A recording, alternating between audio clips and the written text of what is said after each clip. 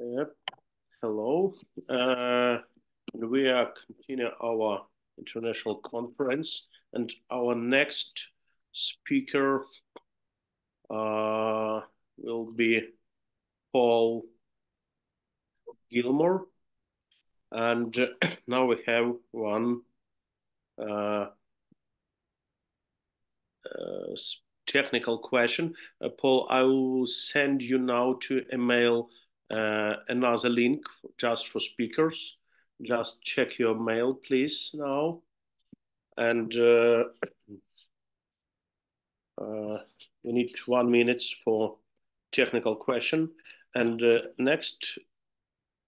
our next panel will be about criptoregulation, about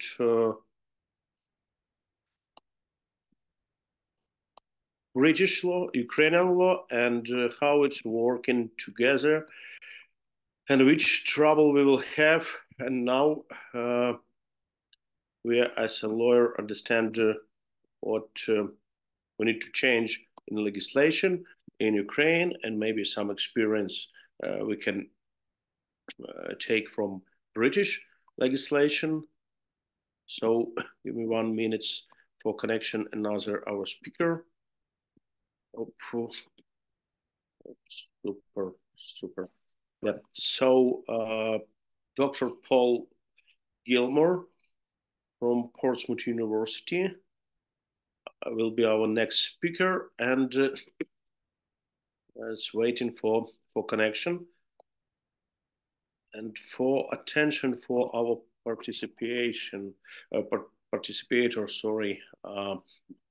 All records of our conference will be available in UNBA resource, Ukrainian National Bar Association, and all participators will have all links for records, all session separately for your email, which you send in application when you register this. So,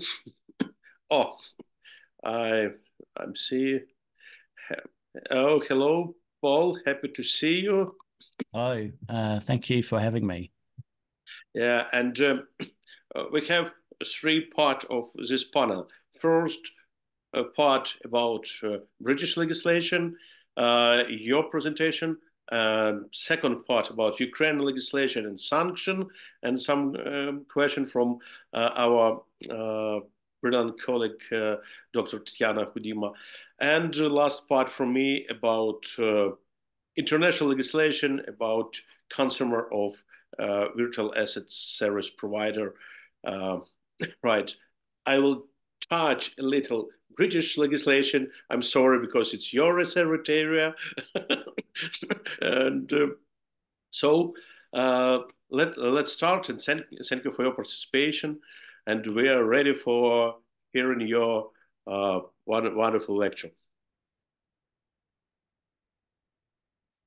Okay. Well, thank you so much, everyone. It's a pleasure to be here, and today in the 15 minutes that I have, it's really going to provide everyone hopefully with an overview of some developments in the UK in relation to cryptocurrency regulation and crypto assets. If you need, you can speak 20 minutes, 25. I've timed it for 15, so I'm happy, and hopefully there's time for some questions after, and obviously look forward to a further debate, really, because this is a really changing, developing area of regulation. Particularly, we've had cryptocurrencies ever since 2008, 2009, when that first Bitcoin white paper was published by some unknown person called Nakamoto. So welcome, everyone. I'm Dr. Paul Gilmore. I'm a senior lecturer in economic crime, and I'm based at the Centre of Cybercrime and Economic Crime at the University of Portsmouth. And I've got Great pleasure to work with a number of esteemed colleagues whose area of research is fraud, money laundering, economic crime, and of course, artificial intelligence, security, cybercrime, and other forms of online cybersecurity. My main area of research is cryptocurrency and financial regulation, but also around ownership of companies, beneficial ownership, and the transparency of ownership through companies, offshore jurisdictions, and of course the money laundering issues. And this is where a lot of my research intersects with the crypto space. And I've highlighted around Bitcoin, and obviously there's been lots of speculation, hasn't there, in online communities for the last 15 years or so around who actually invented Bitcoin as a new type of distributed digital ledger technology or blockchain, as we now know. An academic called Dr. Craig Wright from Australia claims he invented this expression on Dorian Nakamoto's face. It sort of sums it all up in terms of his lack of knowledge and denial that he had anything to do with the invention of Bitcoin. And of course, this development has brought a lot of innovation in technology. And it was really around 2014 that different types of technologies based on blockchain were developed, including Ethereum and Ethereum blockchains. So really, legislation and law has taken quite a long time to actually try to catch up with technological innovation. And today I just wanted to highlight some developments within the UK in the context of what is really a fast-changing landscape in relation to the regulation of cryptocurrencies. There are many types of cryptocurrencies, and traditionally cryptocurrencies have been unregulated in the UK, and it has increasingly come under more scrutiny in terms of how individuals can transact through the use of cryptocurrencies, through the greater use of online spaces such as the metaverse, developments in other technology as well, and obviously an increase in interest by individuals on online gaming platforms, but also companies and firms experimenting with different types of payment systems. In the UK, we have had recent developments, including through the Bank of England developing their own centralized digital currency to try to mitigate against perhaps some of the volatility in the trade and market uncertainty around digital or decentralized currencies. But of course, when we think of cryptocurrencies, we think of virtual assets, virtual currencies, digital currencies. And in the UK, the language that is used is increasingly becoming more aligned with the European use of the virtual currency. So when obviously we talk about cryptocurrencies, I am talking more broadly around what we understand as those sort of decentralized forms of payment, which is based on a blockchain technology. So tokenization has really enabled the use of blockchain technology to really securitize assets and forms of payment, whether or not these forms of payment are traded or they're types of tokens which are not traded but are still important in terms of identity and ownership. And of course, tokenization, we understand as the process of digital representation of an asset on a blockchain. There are many types of blockchains, of course, or transforming ownership and rights of a particular asset into some sort of digital form. And of course, the benefits of tokenization include increased liquidity, faster settlement within financial markets, and of course lower costs and increased or bolstered risk management. And this has really fed into the whole decentralized finance sector as well. When we look at the global landscape of regulation of cryptocurrencies, this map highlights from 2022. So it's already 18 months, 2 years out of date. But hopefully it gives you an idea of all the areas which have been subject to some regulation, or at least been unregulated and considered legal until obviously laws have been stepped up. I'll discuss briefly in the United States in a moment, but really a lot of the development came through the European Union's anti-money laundering directives, focused on the 5th anti-money laundering directive, which really helped the UK to identify where they needed to think about transposing domestic legislation. And of course, the UK is no longer part of the European Union, but it has adopted a lot of the recommendations from the Financial Action Task Force as well. So these aspects I'm going to discuss shortly. So we know from 2015 and 2016, when the 4th anti-money laundering directive came in, it was really focused on registers of beneficial owners. It incorporated tax abuse and tax-related crimes as well as part of a predicate crime to money laundering. But it wasn't really until the 5th anti-money laundering directive in 2018 that virtual assets became a more prominent feature of European sort of regulation and consideration. So it incorporated virtual currencies, virtual asset service providers and other businesses that offer service in relation to crypto services, exchange providers, and of course issuing of initial coin offerings or cryptocurrencies which might be used in crowdfunding, for example. And then we've had the 6th anti-money laundering directive, which is focused on a list of predicate crimes, including cybercrime as part of one of those predicate crimes to money laundering.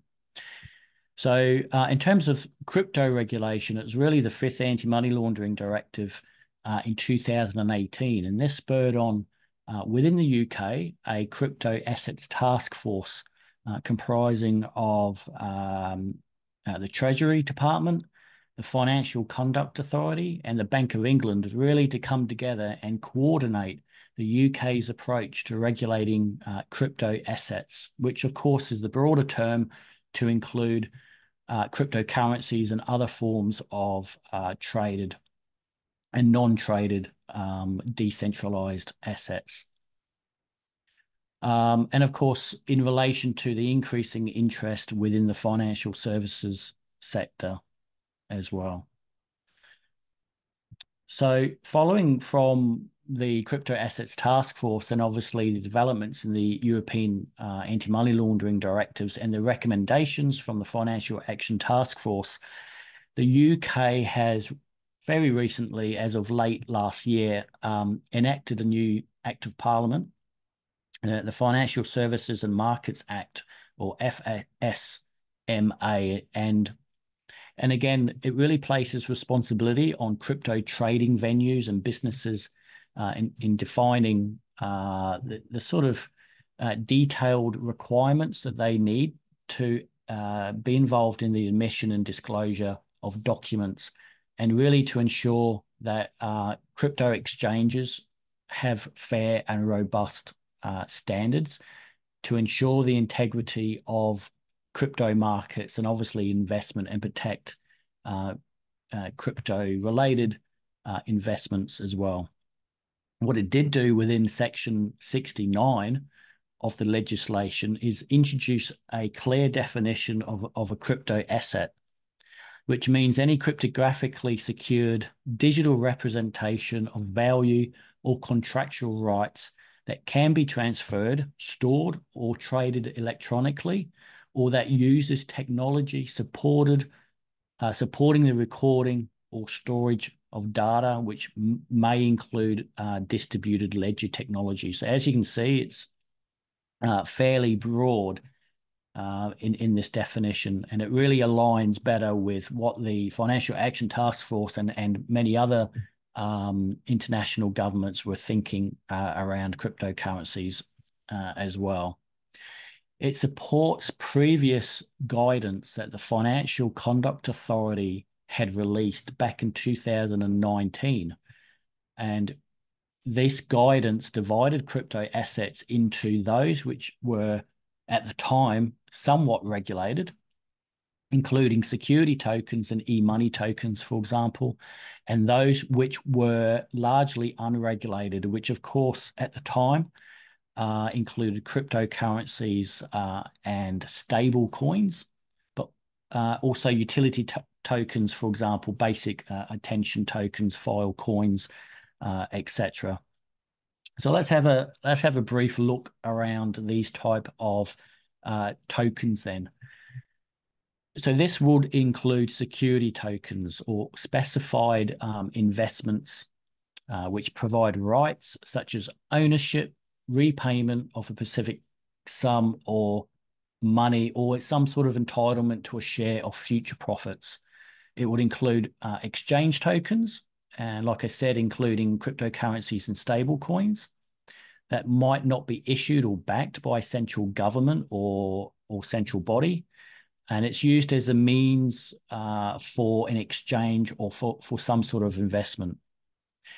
Utility tokens provide digital access to a specific service or application. So, for example, a digital application for a file storage. These don't actually function as a means of payment.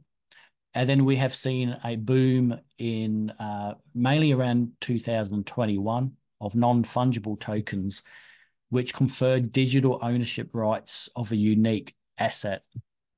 For example, music, artwork, or other type of digital representation. And of course, these do not function as a means of payment, but they can be traded nonetheless. So of course, these type of tokenization, forms of tokens had to become more and more within the scope of UK legislation. We have seen also a big interest in decentralized finance and within the financial services, from things like compliance and know your customer, the use of stable coins and smart contracts in terms of legal agreements, credit scoring, insurance, securities, prediction markets, and also even the use of blockchain technology through securing public data in tax registries and registries of beneficial ownership, for example. And a lot of these new forms of technology is, of course, underpinned by the Ethereum blockchain. Non-fungible tokens, of course, which is based on Ethereum, is a type of crypto assets. We've seen famous people issuing their own crypto assets from including Donald Trump, for example. And of course, these are unique tokenized assets that cannot be changed or divided. They offer some sort of guarantee of ownership, but they can be transferred. And of course, these non-fungible tokens had to really include and come in within the legislation. And of course, these are programmed through smart contracts, which are digital agreements written in computer code and that are programmed automatically to execute automatically once defined conditions have been met. A lot of legal firms, of course, and financial services will be experimenting and considering the legalities and the practicalities of smart contracts and obviously how they can facilitate legal and financial and of course social agreements as well. The Financial Action Task Force issued a travel rule which applies to businesses that conduct crypto-related transactions. And this has been largely adopted by the UK in terms of virtual asset service providers are now required to collect, verify, and share information about crypto asset transfers. And this is known as the travel rule. It includes information that must be transferred regardless of the amount of the transaction, includes the name of the originator and the beneficiary, and of course it includes the name of the registered company if that applies to the originator and the beneficiary, and the account number or unique transaction identifier relating to the originator and beneficiary as well. Of course, the police, the local law enforcement in the UK, has the power to seize cryptocurrencies under the Proceeds of Crime Act in 2002. Section 47 provides law enforcement in the UK with the power to seize crypto assets and transfer, for example, Bitcoin from the suspect to a wallet that the law enforcement body has control of. And an important High Court decision in 2019, AA v. Persons Unknown, really provided that affirmative answer to the long-standing question of whether or not crypto assets were considered property under English law. But what now for crypto regulation? As we think about in the future, obviously with the new legislation that came in last year, we have had obviously scandals in relation to crypto markets. We've had the Mt. Gox from 10 years ago, the fall of the FTX, I should say, FTX exchange in 2022. And of course, increasingly importance and significance of regulated technologies, supervisory technologies, and of course, decentralized finance is a growing concern. But with this, also the criminological and criminal concerns as well, the theft of cryptocurrencies. How can we actually secure and safeguard investors? How can we mitigate against the risk of fraud and money laundering, investment scams such as wash trading, involving non-fungible tokens, for example? How can we safeguard against cybercrime, malware, ransomware, attacks that might involve the exploitation or through the use of cryptocurrencies, and of course gambling as well.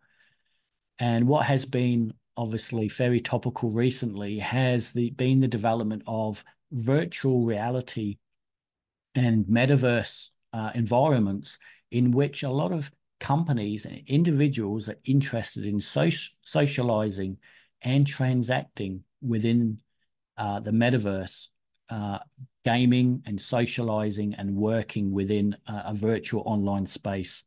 We also need to think about what does this mean for regulating cryptocurrencies that might be used, and what are the legal implications of the use of cryptocurrencies within metaverses.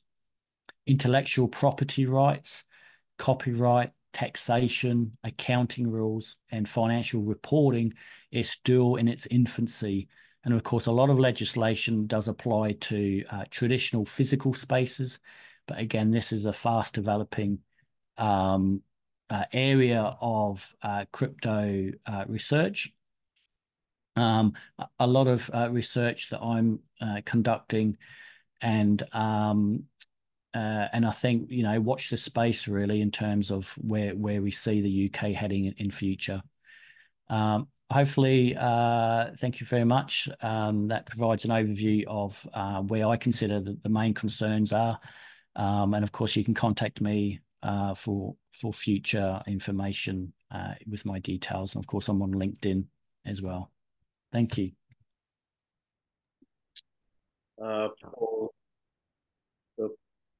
Paul, thank you very much for your presentation and for your fast reaction for our request for participation. And what do you think about last Satoshi mail? Do you read it in this week? Satoshi. What this week? Yeah, this week was published last Satoshi mail about guys, sorry, cryptocurrency is not 100% anonymous. It's just virtual anonymity, but in general, someone can read all ledger and all code and understand because it's just form of anonymity, but no, not 100% anonymity. Yeah, of course, and you know this brings this whole idea of pseudo anonymous. It's not actually anonymous. It's not completely anonymous, is it? Because the pure nature of a peer-to-peer decentralized blockchain means that it's recorded and that could be traced. Certainly, with the capability, law enforcement and computer scientists can easily trace the sort of transactions on a blockchain. So, yeah.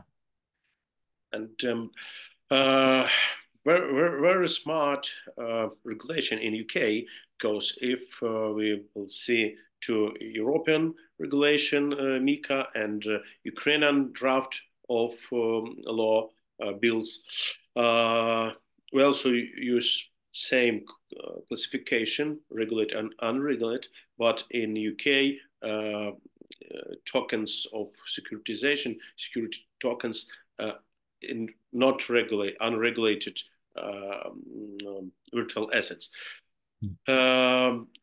It's talk about wise approach for this way, or maybe British legislation more safety or not so fast like European legislation. I think the problem is legislators and regulators are always 1 or 2 or 5 steps behind technology, and of course that's always been the case. It was the case with regulating early forms of the internet, for example, and online communications. For example, the Computer Misuse Act, which we have in the UK, dates back from 1981, and we've had the Online Safety Act recently, and of course a lot of these problems have been around for many years. Cyberbullying, for example, harassment, online harms, that legislation is only now beginning to catch up with, and that's the case with cryptocurrencies as well. Super, because our next speaker, Tiana, will talk about troubles with cryptocurrency and about sanctions, and I will talk about bankruptcy and consumer rights, and also I will analyze approach, European, Ukrainian, and British approach, because for my opinion, UK approach better. Better because more safety for market. But thank you very much for your presentation. And our next speaker, Tatiana Gudima, our colleague from Ukraine, Doctor of Law. And Tatiana, welcome for your presentation speech. Many thanks to Alexander and to the organizer for the invitation and the opportunity to speak. For me, it's a great honor. At the outset, I'd like to extend a warm welcome to all present at this engaging event. I trust each of you will glean valuable insights and enhance your expertise in cryptocurrency matters. In my presentation, I will delve into Ukrainian experience in legislative initiative and the regulation, the crypto assets market, while also addressing some of the challenges we currently face with. As is known, due to the fragmented nature of legal regulation concerning the circulation of crypto assets and the lack of unity in countries' approaches in this direction, there is an increasing occurrence of cases where they are used to achieve goals that conduct in public order, and particular to money laundering and avoid the economic sanction imposed by entities of Russia Federation and others. According to Bud Driver, in 2023, Russia ranked second in global mining markets, trailing only in the United States. Additionally, in the near future, the Russian government plans to legalize decentralized autonomous organization, and this step by the Russian government is viewed as mean to attract more liquidity to market in light of recent sanctions.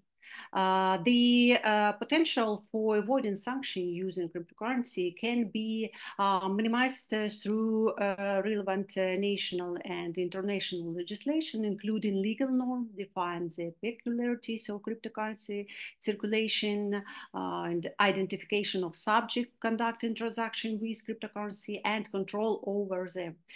Various international organizations and states have recently been working in this direction. Therefore, the issue of significancy of existing legal norms to fulfill this task and the need to improve them in view of current challenges is of particular importance. This process is proceeding at slow pace in Ukraine.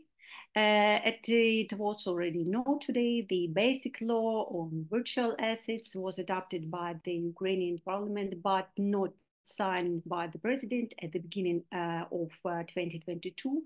But given the fact that Ukraine has acquired the status of a candidate for European Union membership, we still have to adapt our regulation to European standards. Taking this into account, in November 2023, two draft laws were registered. The first one advocated by the National Securities and Stock Market Commission of Ukraine, and the second one registered 10 days later. The draft law that expressed the position of the Minister of Digital Transformation on the regulation of the cryptocurrency. Currently, these two draft laws are under consideration in the Ukrainian Parliament's committee. Also, a working group has been formed involving all stakeholders, including the National Bank of Ukraine, the Minister of Finance, the State Financial Monitoring Service, and the Minister of Digital Transformation, and others, and deputies who are working together and refine these two draft laws, taking into account all necessary changes specified in the European regulation. And it's not just about one directive, example, marketing, crypto assets regulation, but also about other directives. And we all understand that in any case, this year, we still need to take this big step towards which we have been going since 2019. This is to launch regulation, and I hope it will happen soon. In general, the regulation of cryptocurrency market is really important, not only for Ukraine, for every country. However, the adoption of special legislation is not enough. It is necessary to modernize the existing legislative framework and adapt it to the challenges of digitalization. And monitoring of legislation should be ongoing because this area is developing very dynamically. Returning to the issue of use cryptocurrencies in legal activities, it should be noted that according to analysis, cryptocurrency money laundering in 2023 remains at a fairly high level, $22.2 billion. Typically, law enforcement agencies around the world contract with different analytical companies that develop software and blockchain analytics to track data that helps to identify money laundering and sanction evasion and other legal activities. Example of such companies can be seen on this slide and on excuse me, here is an example of international organization. And on our next slide, we can see example of such organization that have Ukrainian roots. Experts from some of them are speakers at today's event. They will elaborate on the specific of such cooperation in their own presentation, I think. And on our next slide, we can see the most common methods and technical services for the further concealing operated with digital assets and their identifying information, including the use of virtual private networks, fake identification data, mixer, tumblers, chain hopping, spill chain, privacy coin. As you know, using VPNs can allow a subject to conceal their true location when conducted operation with the digital asset, creating the impression that a subject from a sanctioned jurisdiction is not involved. Use of false identities involves adopting alias or stolen identities to mask the true identity of party to a digital assets transaction. Further, this could mean that even if investigators are able to determine the identity of the digital asset owner, the identity may be false. And on next slide, a simple example of bill chain. Bill chain are the methods of laundering large sum of cryptocurrency through a series of transactions. The stolen funds are often split into two separate addresses, billing of a small amount each time they're transferred. This process is repeated over and over until it researches its final destination. And on our next slide, we can see chain hopping example. Chain hopping involves transferring the value of one virtual currency to another virtual currency on a different blockchain, often in rapid succession. Chain hopping is a method used to obscure transaction. Today, criminals have increased chain hopping to obscure the source and destination of illicit assets as part of their money laundering strategies. And next one, more interesting for me, mixers and tumblers. Mixers are services that blend virtual currency from multiple users during transfers to enhance anonymity and to write traces of associated transaction. They operate through smart contracts without centralized control or third-party intervention, and usually without registering as legal entity. In turn, the ambiguity of the legal status of the and autonomous operation of DAO complicates the identification of their founders, developers. Under such conditions, the application of sanction, including asset freezing, confiscation for the state's revenue, etc., becomes particularly impossible.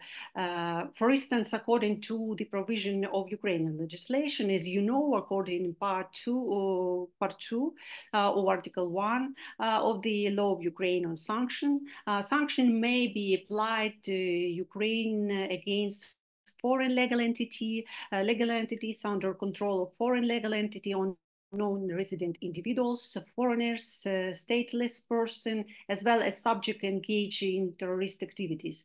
And this is confirmed by the draft resolution prepared by UMDC experts, me, Tatiana Dmitrienko, Alexander Chernych, and other experts on the necessity of applying restrictive measures to service provider associated with the circulation of virtual assets collaborating with Bank of the Russia Federation and the Republic of Belarus, number 7519. This resolution has not acquired the status of a regulatory act, including for the reason mentioned above, particularly due to the impossible of identifying those as per the list in the resolution as legal entities, and the second one determines their founders or developers. Such inconsistency in Ukrainian legislation driven by digitalization or economic relation leads to complete disregard of criminal activities and reduces the effectiveness of imposed economic sanction by countries against entities of the Russian Federation.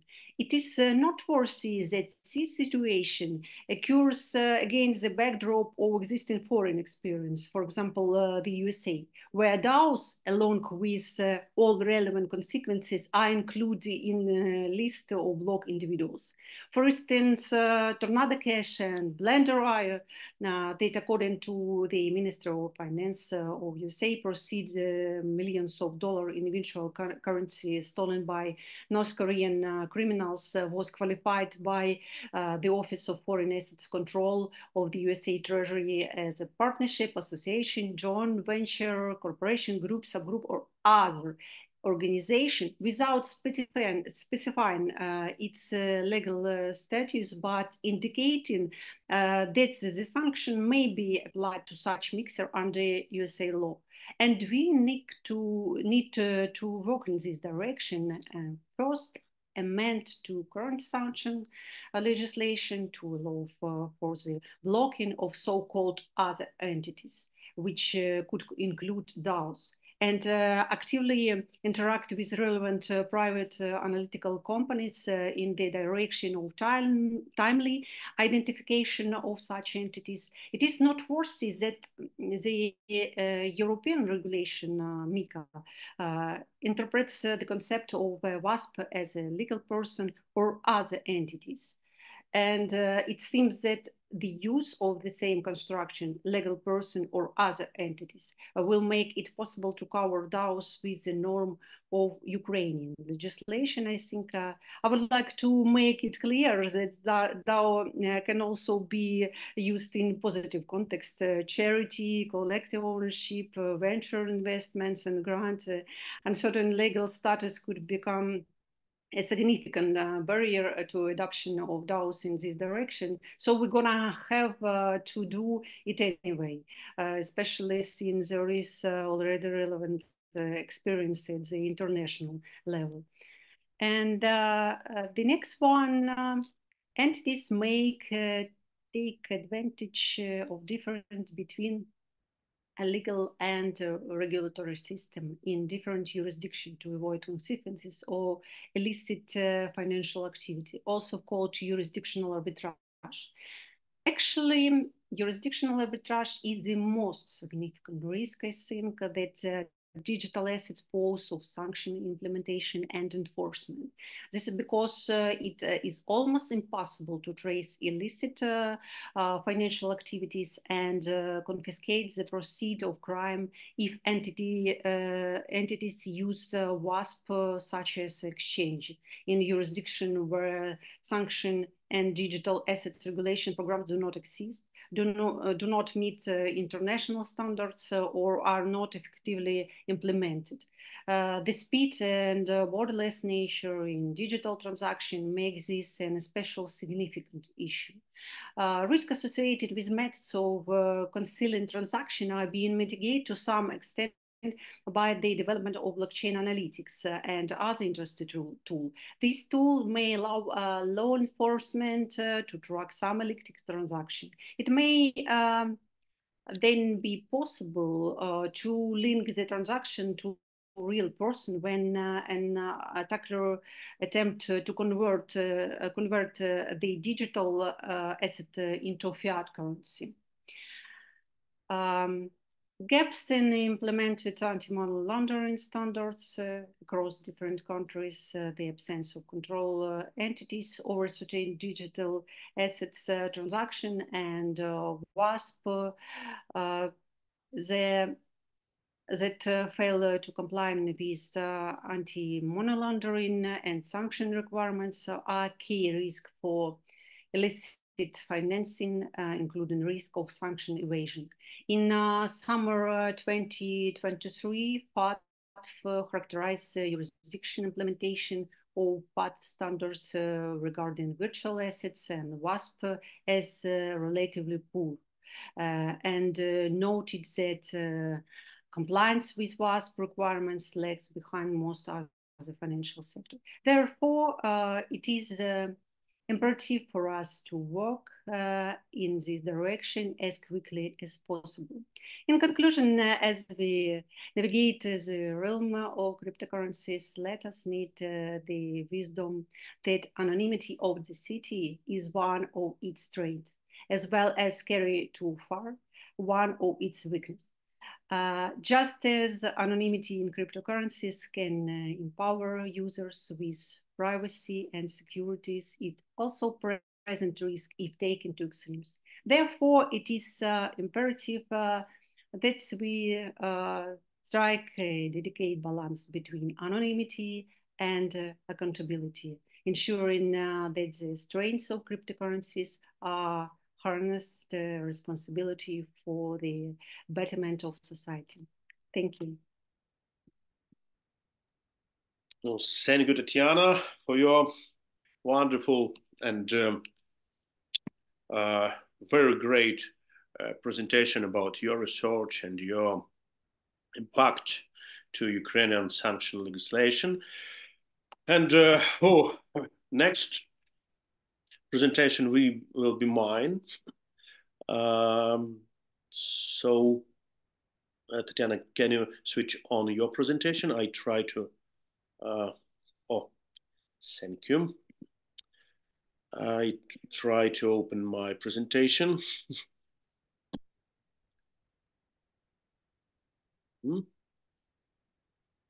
Oh, do you see? It's wonderful. Yeah. My presentation about protection of the rights of VSP, virtual asset service provider consumers, to prevent the consequence of VSP bankruptcy. My experience, I'm an advocate last 20 years, and finance law, bank law, bankruptcy, insolvency experience, including bank bankruptcy, individual insolvency, and also I'm a crypto regulation researcher and representative of Ukrainian National Bar Association in Scotland. So my short presentation will be about difference between Ukrainian, UK, and European legislation, but I try not to kill off everybody about a lot of information, legal information, and try to show why consumer rights, it's one of the basis of next stage of regulation of cryptocurrency and crypto financial market. All of us know company Visa. Visa company last 2 years researched market, crypto market, because they try to enter to crypto market with own product, with crypto card. And as we can see on this part of this research, 81% of all adult population have no any financial problems. They call it financial discretion. And 94% about these persons aware of cryptocurrency, and 21 and 11 it's 32% of adult population, active or passive owners, but the owners of consumers of cryptocurrencies. So this is a potential consumer of all types of crypto services. Also, we can see about 21% who curious about this, and 11% of skeptics. But it's also potential consumer of virtual assets. What consumers think? Thinking about risks. It's part of research of Cambridge Center of Alternative Finance for World Bank Group, the third global fintech regulation survey. And we can see about more than 31% of people think about digital assets and cryptocurrencies has very high or high level of risks. But same people think about medium risk or low risk if we talk about digital payment, about wealth tech, about insure tech, but also using digital technology. What thinking financial authorities, because part of this research was researching from 128 financial authorities from 160 jurisdictions. 60 jurisdictions that participated in the research, confident that the protection of consumer rights and supervision is the basis of the legal regulation of markets. And two main positions. It's two main positions. It's consumer protection and supervision. All respondents answer about this, about it's most important for future regulation. So we can see what most of people think about digital saving and deposit, its safety, low risk, 30%. We think about people believe in digital banks. People believe in wealth tech and insurance tech. So if we change just name of asset, not talk about digital asset, about cryptocurrencies, we talk about digital saving, but its nature is same. It's also use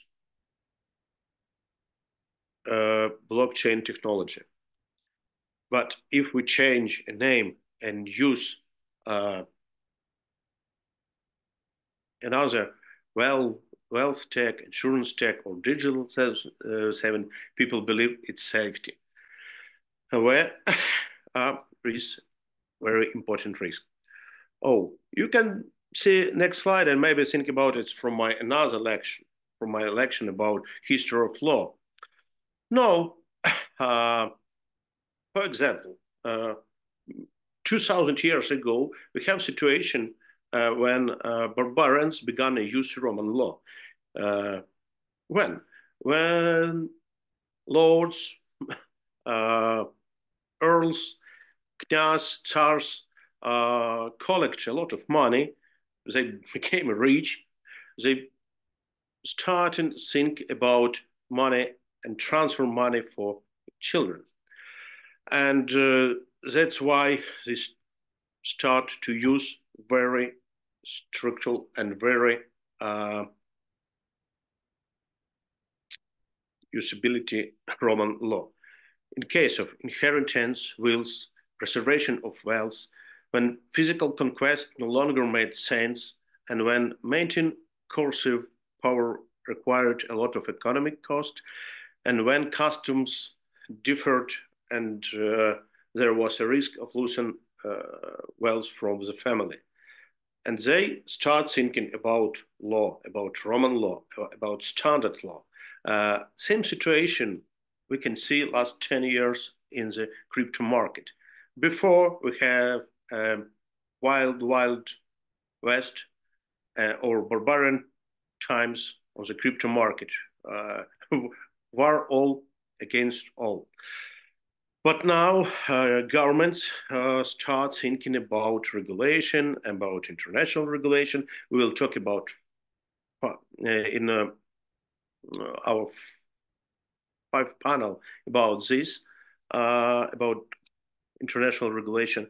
But in my speech, I want to speak about one small detail. From one article in Reuters, I find about after peaking of $3 trillion of dollars, crypto market plummeted through 2022 and lost, hitting a 2-year low after bankruptcy of FTX, $796 billion. It's a very huge sum. It's very important, but we see about same picture from my presentation, how many people believe about safety in market. For example, all of us remember last financial crisis. All world economy lost $2 trillion from few years from all countries, from hugest financial crisis in history. But for example, one exchange, cryptocurrency exchange, not stolen, but lost approximately $1 trillion, just one exchange. So, for example, for British government, it cost 20 billion just for payment for consumers of banks as a result of financial crisis. Maybe we can think now about cryptocurrency market, not just a very volatile market. We also think about very high risk market. And when we share same rules for regulation in financial service consumers and same regulation and same guarantee for consumers of crypto market, we opened very, very dangerous gates. My next slide about, maybe most of us know two gentlemen together with Mr. President Obama. It's Mr. Dodd and Mr. Frank. It's author of hugest reform of financial market. After financial crisis in the United States, create Dodd-Frank Act and separate main idea of Dodd-Frank Act. It's separate function of deposit system and investment system. Separate payment and wealth system, deposit system from high risk bank, investment bank, because before some bank working as a hoover from market or as a vacuum cleaner for vacuuming money. We know same situation in Ukraine. I had experience in banking bankruptcy in Ukraine. I can tell you maybe 90 or 95% of all bank bankruptcy in Ukraine history is because we not have same regulation before, like now Dodd-Frank Act or UK EMIR or European EMIR regulation. So in financial market, in bank market, we have separation, investment and deposit system and standard loans, mortgage, business, separate from investment because different type of risk. From my experience in bankruptcy, sorry for this is two pictures, just for your attention, for better understanding. For my 20 years experience in bankruptcy, I can talk two main reasons of bankruptcy of companies: carburetor and Hoover. Why? Maybe you, someone of you remember carburetor, principle of carburetor. If you use it in cold engine, when you switch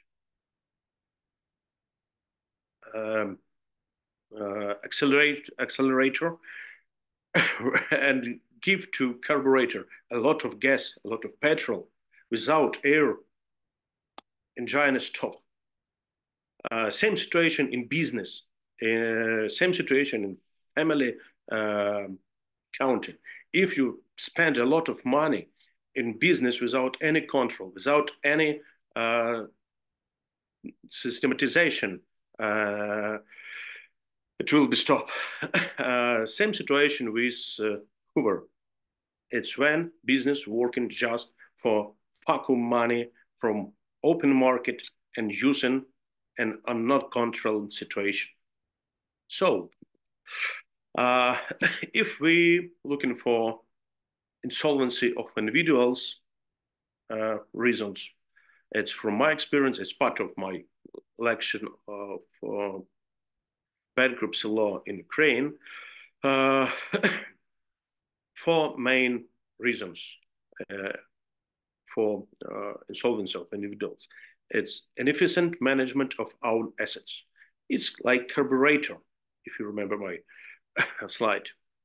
Excess of assumed financial obligation.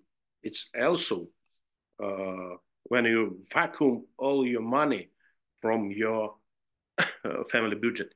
Devaluation of property, mortgage market collapse, for example. It's a mix between carburetor, a lot of money for your family. You're not calculating and you're not accounting how much money you need for next year, and you buy not small flat, you bought, for example, 20 rooms, 20 bedrooms house for 100 years of mortgage and not calculate. It's also a rule of carburetor.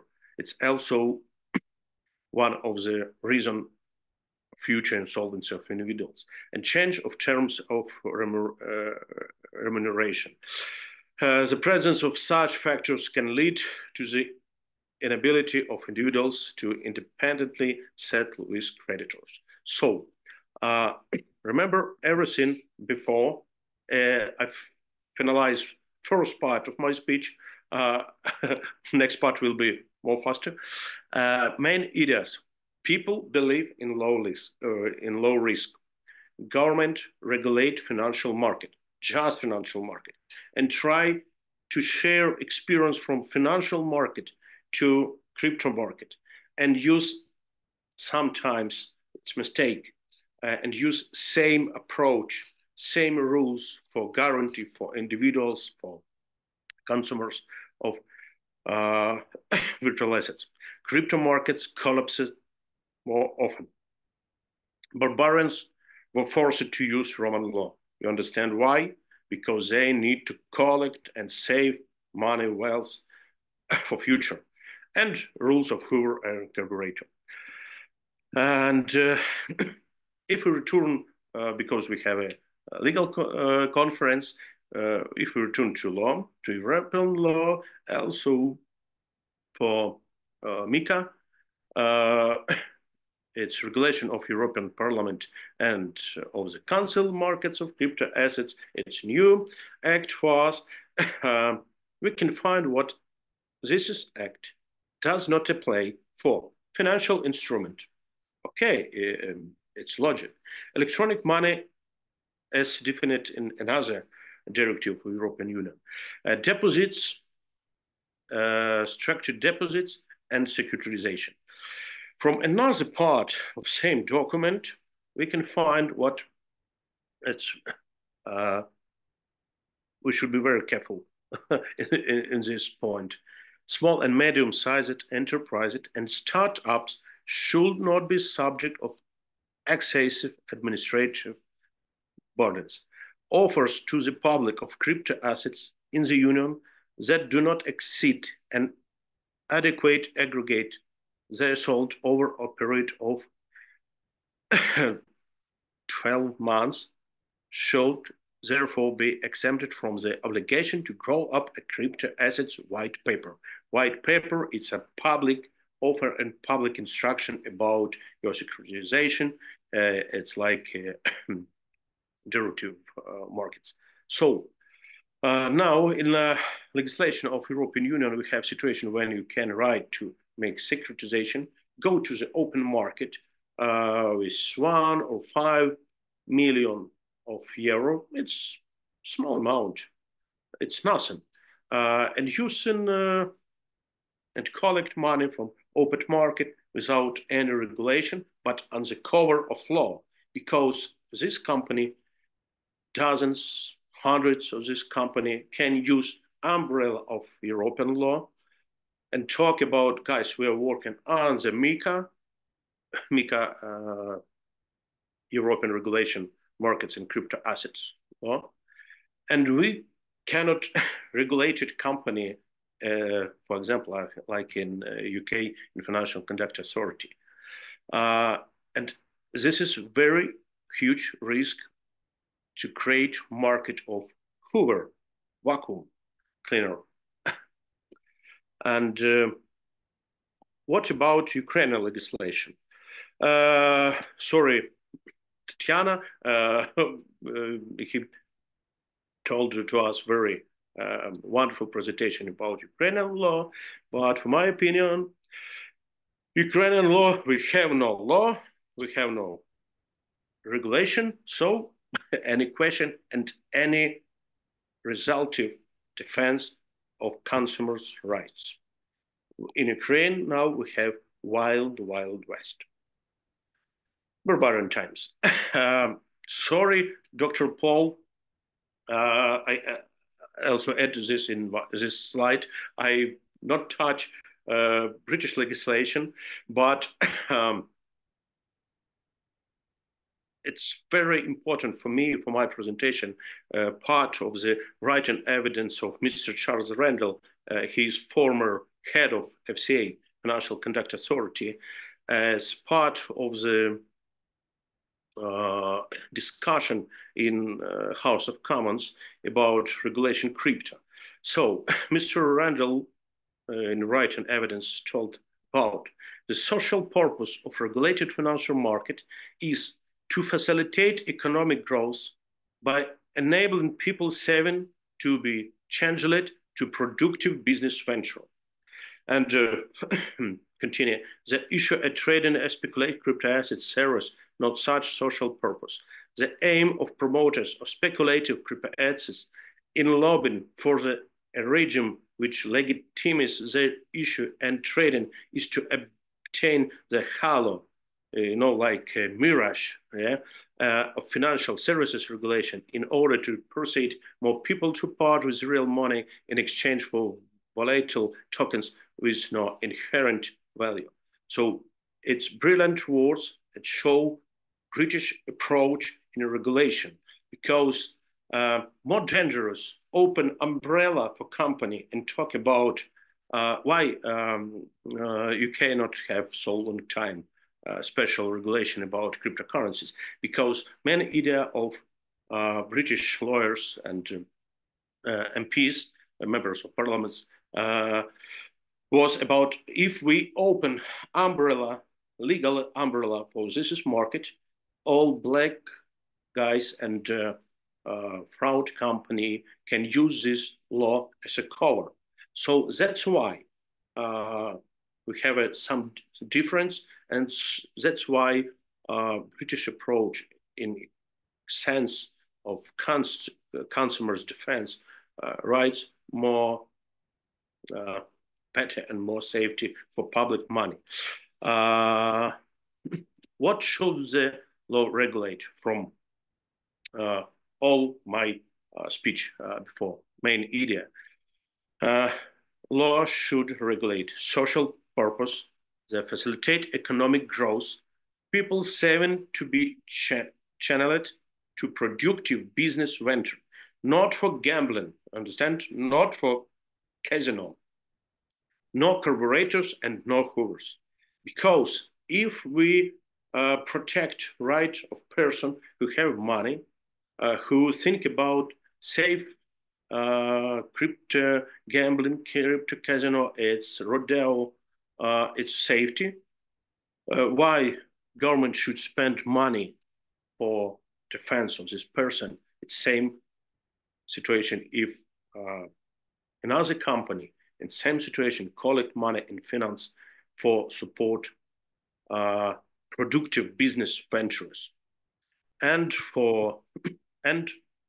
the next steps, we need the possibility of academic-based separation of unsecreted speculative virtual assets for the application of a special regime of legal regulation, similar to the regulation of gambling. The need to introduce the definition of the intrinsic value cost of a crypto asset and to develop criteria for the presence of intrinsic value cost. They need to clearly separate virtual assets that work for the development of the economy from those that only use as aura or gallo, aura of legality, and do not have economic mechanism in their essence, but only use distributed ledger technology, blockchain to process similar to gambling. It's this position very often you can read in all reports of British Parliament in discussion. The need for different legal regulation to protect the rights of consumers of service for virtual assets with financial nature of those aimed at gambling, including the separate development of social protection mechanism for consumers of financial virtual assets, crypto assets, such a system of guaranteed deposit of individuals. Because if we will spend public money for help, for defense interest of people who lost money on the crypto gambling, it's not smart way, because we should defense just investor in economy. If people who invest money for stable economy, for economic growth. And just thank you very much for your attention for my speech, or for my part of conference. And I see maybe you have some question. If not, we can finalize this part and return after 50 minutes for next session. Next session will be on us. Will be about crypto investigation. Our wonderful teams, Ukrainian teams, company Crypto Detectives, and brilliant teams of British solicitors and British investigators who working with different interesting schemes with laundering, fraud, embezzlement. So, colleagues, if no question, so return 50 minutes later.